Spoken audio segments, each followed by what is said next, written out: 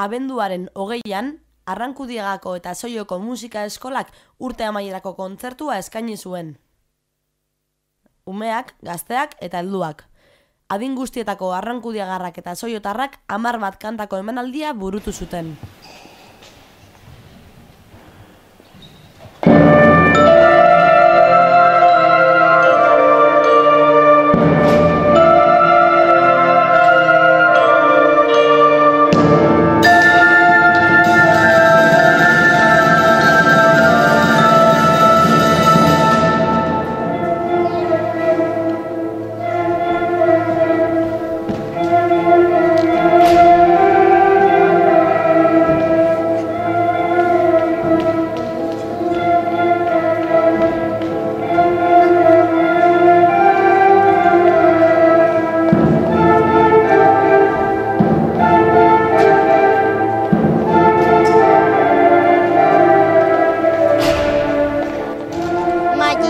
Eta zer egiten duzu musika eskolan zu, Mai?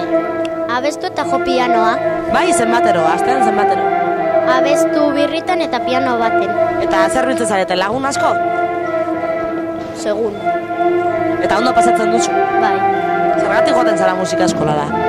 Ez dakit, gustatzen zait musika. Eta ondo pasatzen duzu? Bai. Artista bat izango zara mendik aurrera edo bazara ja? Ba naiz.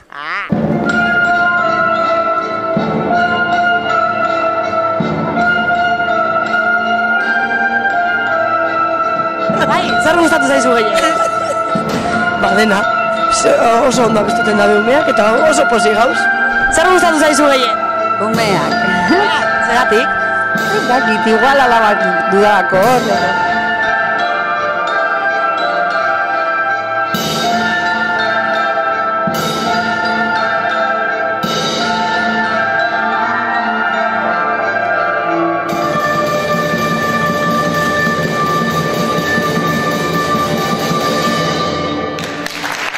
Ehun bat guraso eta auzokideen txalo artean, urtean zehar musika eskolan ikasitakoa erakutsi zuten.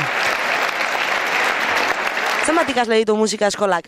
Bui, orain ez dakit kontatu behar dut, baina ez dakit 50 gaur egun. Eta noiz sortu zen? Ui, aspaldia. Ni hasi nintzen klase moten etxean, baina gero, konpondu genduan hau gizarte eta bar, eta, kulturetxea. Eta, ez dakit zenbat urte erongo dugun hemen, baina nahiko txu. Zelako harrera dauka kantagintzak orokorrean aiaraldean eskualdean? Kasualidadean, ni omentik dabil, laudion ere, eta, lehenko egunean egin genduan polikiroldegian, laudioko polikiroldegian ere olako, laudioko ikastetxe guztiak olako emanaldi bat, eta, nik ez dakit, baina nahiko polita.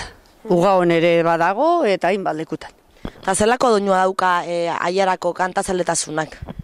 Zelango doinua? Bai, bizia, ez dakit. Nahiko bizia nik uste dut, ez dakit.